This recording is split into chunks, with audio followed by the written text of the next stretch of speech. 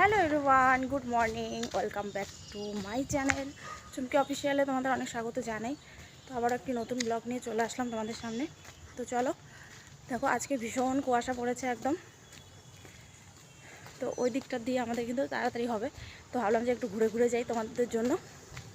তো চলো সামনেটা তোমাদেরকে দেখাই। এ দেখো প্রচুর কুয়াশা। তো চলো সঙ্গে থাকো, দেখতে থাকো ব্লগটা, সারাদিন কী কী করছি।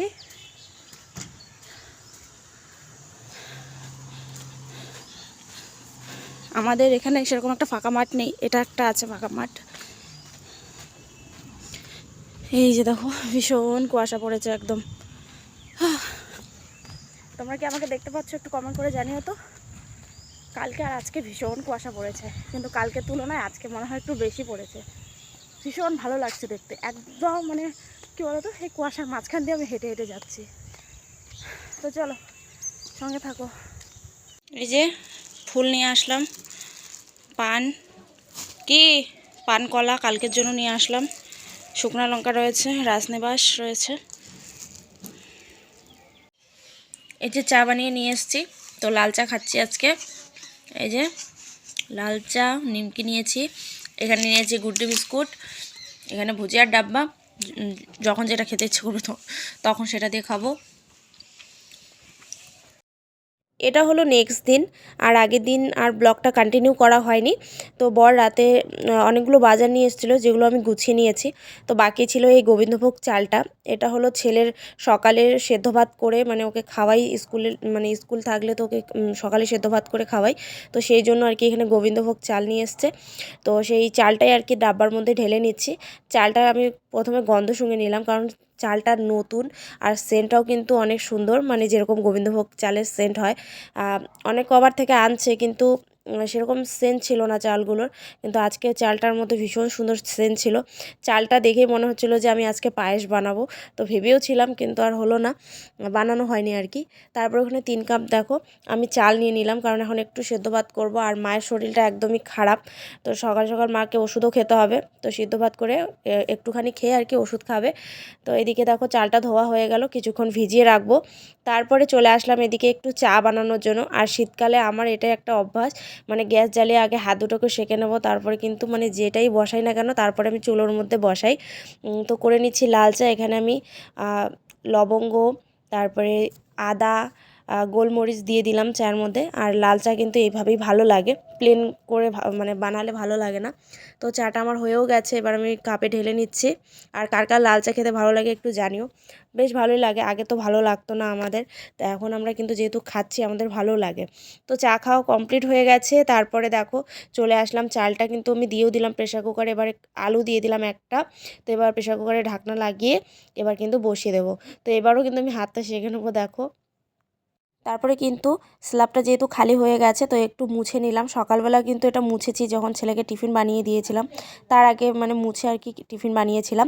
তারপরে এদিকে চলে আসলাম বাসনগুলো মাজতে, কারণ ওদিকে ভাতটা হচ্ছে, আমি ভাবলাম যে ততক্ষণে এদিকে বাসনগুলোকে মেজে নিই। আর আজকে ভীষণ তাড়াহুড়ো করে কাজবাজ করেছি। তাড়াহুড়ো করে কাজ করার পরেও আমার বিকেল 5টা বেজে গেছে, বুঝতে পারছো? মানে সকাল 9টা থেকে কাজ শুরু করেছি, বিকেল 5টা বেজে গেছে। তারপরে দেখো কাজকর্ম করে আবার ছেলেকে স্কুলে আনতে যাওয়া, মানে সব কিছু মিলিয়ে আর কি বিকেল 5টা বেজে গেছে রান্নাবান্না সারতে, আমার খাওয়া দাওয়া করে কমপ্লিট করতে। রান্নার পরে খাওয়া দাওয়া থাকে, তারপর আবার বাসন থাকে, দেখো অনেক কাজবাজ তো থাকেই, যেগুলো সবগুলো কিন্তু তোমাদের সাথে শেয়ার করা হয় না। যেগুলো আর কি শেয়ার করি ওই টুকটাকই আর কি শেয়ার করা হয়। সব কিছু শেয়ার করতে গেলে ব্লগ আর অনেক বড় হয়ে যাবে, সেটা আর শেয়ার করা হয় না। তো সমস্ত বাসনগুলো কিন্তু মাজা হয়ে গেল। দেখো আবার কিন্তু এই দিকটা আমি মুছে নিলাম। ওই বাসনের ওদিকটা তো মুছতেই হতো, কারণ ওদিকটা তো বাসন মেজেছি, কিন্তু আমি আবার এই গ্যাস ওভেন টোভেন মুছেছিলাম। তো যাই হোক কাপড়গুলো সবগুলো ধুয়ে নিচ্ছি, এবার আমি কিন্তু বেসিনটাকে ভালো করে পরিষ্কার করে নেব।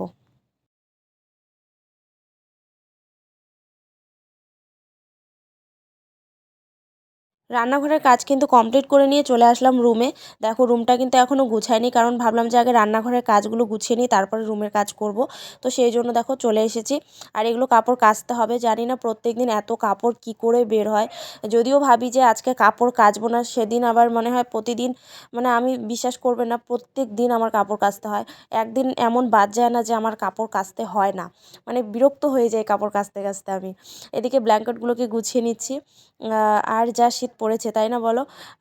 আমাদের এখানে কিন্তু বেশি দিন হলো না যে শীত মানে বেশি পড়েছে। এই তো কয়েকদিন ধরে বেশি শীত পড়ছে। এতদিন কিন্তু অতটা শীত পড়েনি। তো ব্ল্যাঙ্কেট 3টে গুছিয়ে নিচ্ছি। আর তারপরে আর কি, দেখো তোমরা ব্লগটা তোমাদের কেমন লাগে। তো দেখো ব্ল্যাঙ্কেট তো গুছানো হয়ে গেল। আর এই শীতকালে বিছানা একদম ভর্তি, একদম ক্যাথা কম্বল দিয়ে ভর্তি হয়ে থাকে। এখন তো আর ক্যাথা কম্বল কেউ ব্যবহার করে না, এই ব্ল্যাঙ্কেটই ব্যবহার করে। তো এই দেখো কোল বালিশটাও কিন্তু সাইড করে রেখে দিলাম। ছেলের হলো কোল বালিশ, ওর 2টো বালিশ, মানে এমনি মাথায় দেওয়া 2টো বালিশ। ওর 2টো বালিশ ছাড়াও কখনোই ঘুমাবে না। তো চলো বিছানাটাকে ঝেড়ে নিই। তো ফাইনালি ঘরের সমস্ত কাজবাজ কমপ্লিট করে, স্নান করে, পুজো করে চললাম এবার ছেলেকে স্কুল থেকে আনার জন্য। তো আজকে যেহেতু বৃহস্পতিবার, তো সেই জন্য দেখো পুজো করে নিয়েছি ভালো করে। আর পুজো দিতেও আজকে অনেকটা সময় লেগেছে। তো চলো ছেলেকে নিয়ে আসি। তো ছেলেকে স্কুল থেকে নিয়ে আসার পরে দুপুরে রান্নাবান্নাও বসিয়ে দিয়েছি। আজকে আমি 10টা ডিম সেদ্ধ করেছি। আর এখানে ফুলকপি আলু আছে, এটা ভাজা করব। আর কড়াইও বসিয়ে দিয়েছি। ফাইনালি রান্নাবান্না হয়ে গেছে আমার কমপ্লিট। তো চলো একটা ঝলক দেখাই। সাদা ভাত রয়েছে, আর একটু সেদ্ধ ভাত করেছিলাম বেঁচে ছিল। আর এখানে ভাজাটা দেখিয়ে দিলাম। এই যে ভাত দিয়ে খাওয়ার জন্য জল ফুটিয়েছি। যে ডিম আলু দিয়ে, মানে ডিমের ঝোল বলতে পারো, ডিমের ঝোল করেছি নতুন আলু দিয়ে, ভীষণই ভালো লাগে খেতে। তো তোমাদের আজকের ব্লগটা কেমন লাগলো অবশ্যই জানিও কমেন্টের মাধ্যমে। দেখা হবে আগামীকাল। আর এদিকে আমার এনার্জি পুরোপুরি ডাউন হয়ে গেছে, আর ভাল লাগছে না, মনে হচ্ছে শুইলেই আমি ঘুমিয়ে পড়বো। তো বাই বাই।